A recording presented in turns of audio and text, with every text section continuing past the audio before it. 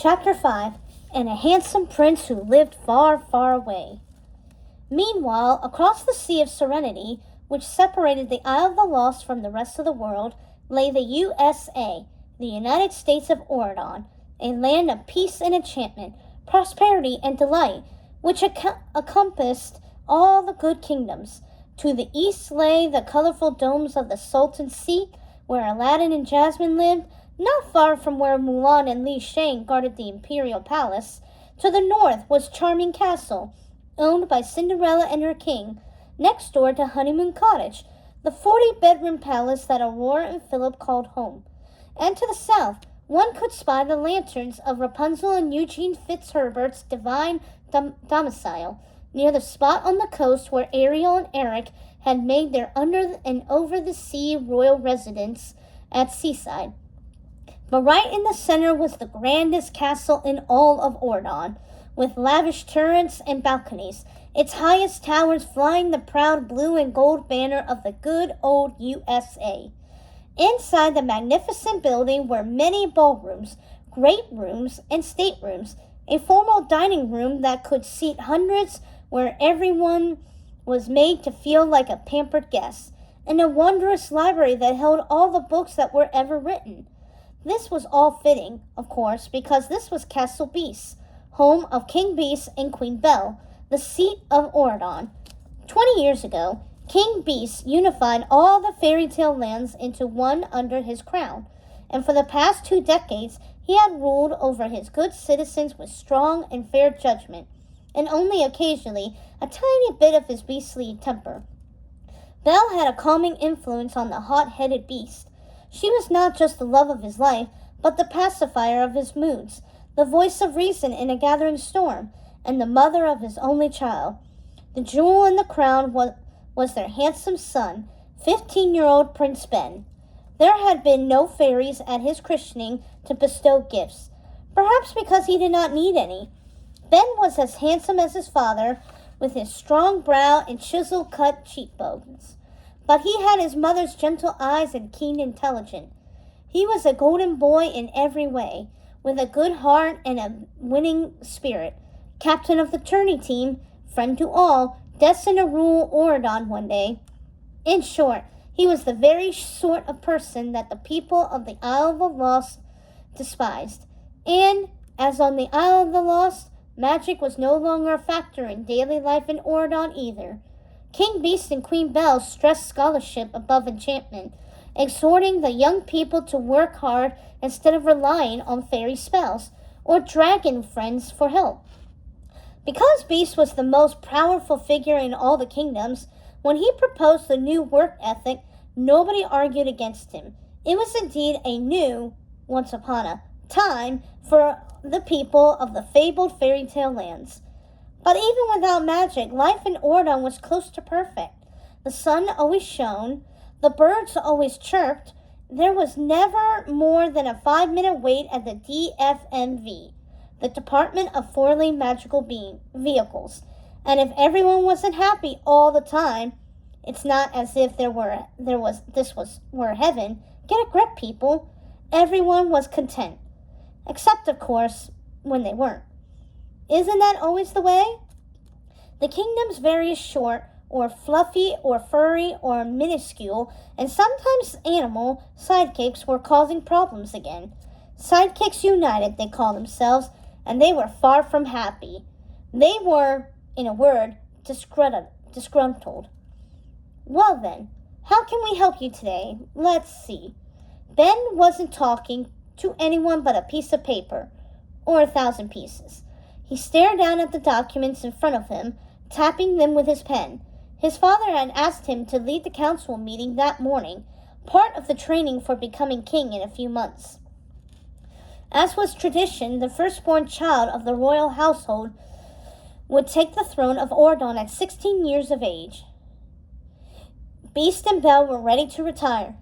They were looking forward to long vacation cruises, early bird dinners, and playing golf, Beast, bingo, Belle, and generally taking it easy. Besides, Belle had a stack of unread bedside reading so high it threatened to topple over on a huffy Mrs. Potts when she came to take away the breakfast tray every morning. The complaint wasn't the only thing on his mind. Ben had woken up that morning from a bit of a nightmare. Or it felt like a nightmare, and it certainly looked like one. In the dream, he was walking around a strange village full of shabbily dressed, miserable people who ate rotten fruit and drank black coffee. No cream, no sugar, no coffee cake to dip in it. The horror! And he had fallen into some kind of ditch, but someone had helped him out. A beautiful, purple-haired girl who looked nothing like anyone in Oron. "Thank you," he said gratefully. "And who are you?" But she disappeared before he could catch her name. He went back to the papers in his hand and tried to forget about her. Ben studied the Sidekicks' United Complaint, the first of its kind, and his heart beat a little faster at the thought of having to talk to all these people and convince them that there was no need for this level of discontent.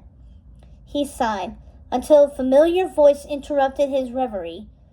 "Be careful about the sidekicks, son. Sooner or later, they steal the spotlight." Ben looked up, surprised to see his father standing in the doorway. King Beast looked like he always did, as smiling and happy and fulfilled as on his billboards. All over Oron, they read, "Good job being good. Keep it up." King Beast roars his approval. His father motioned to the stack of papers on Ben's desk. "Looks like you're working hard." Ben wiped his eyes. "Yeah." King Beast clapped his paw of a hand on his son's shoulders. "That's my boy. So what is that they want, exactly?" Ben scratched behind his ear with his pen. "It seemed they're a bit upset, as they do all the work around here and are hardly compensated for their efforts. If you think about it from their perspective, they have a point." King Beast nodded. "Everyone gets a voice in Oron, although you can't let too many voices drown out reason, of course. That's what it means to be kingly," he said, perhaps a little more forcefully than was necessary. "If you keep raising your voice, my darling, you're going to crack all the china, and Mrs. Potts will never allow you either a cup of warm milk or a warm bath again." Ben's mother, the goodly Queen Belle, arrived in the room and slipped her hand under her husband's muscled arm. Yet another beastly quality the king still seemed to possess, the strength of a wild creature in the form of a mere man. She was as beautiful as the day she had come upon Beast's castle, and resplendent in a pretty yellow dress. If there were laugh lines around her eyes now, no one seemed to notice, and if anything, they only served to make her look more appealing. The second he saw his mother, Ben found himself more at ease. He shy and quiet, his mother gentle and understanding. Ben and Belle had always been two like peas in a castle garden pod, always preferring to have their noses in books rather than affairs of the state. "But half the castle staff has signed this petition. See, there's Lumiere's scrawl and Cogsworth's," Ben said, his forehead wrinkling. Injustice of any kind was upsetting to think about, and it bothered him that the very people on whom his family depended to keep their lives in running order believed that they had cause for complaint. "Lumiere and Cogsworth will sign anything anyone asks them to sign. Last week they signed a petition to declare every day a holiday," his father said, amused. Ben had to laugh. King Beast had a point. The fussy Frenchman and the jolly Brit would agree to anything so they could get back to their work. Chip Potts, who was known to make a little mischief around the castle, had probably put them up to it. "That's the ticket. Listen to your people, but assert your right to rule. Lead with a gentle heart and a firm hand. That's the way to be a king." King Beast extended his own fist, and Ben just stared at it. He gazed down at his own hand, which looked like a small child's in comparison to his father's. Beast pulled Ben up by the arm, closing his hand around his son's. "There. Strong, powerful, kingly." King Beast's hand was so enormous, Ben found he could no longer see his own. Strong, powerful, kingly, Ben repeated. Beast growled and slapped his son on the back, almost sending him flying into the nearest decorative lamp. The floor shook as he strode out of the room, still chuckling. Queen Belle looked relieved.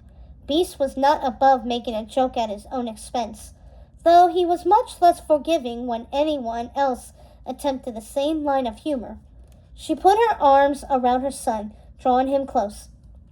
Ben, you don't have to be another King Beast. Just be yourself. It's more than enough. That's not what Father says. Belle smiled. They both knew there was no use trying to explain away his father's logic, and she didn't try. No matter what, your father and I believe in you. That's why we wanted you to start meeting with the council. It's time for you to learn how to rule. You will make a wonderful king, all on your own. I promise. I hope so, Ben said uncertainly. I know so, Belle said, kissing his cheek. As the feather-light steps of his mother faded away, Ben took up his pen and turned back to his pages. This time, though, all he could see was his fist, with the same golden beast head ring that his father wore. Strong, powerful, kingly. He clenched his fingers harder.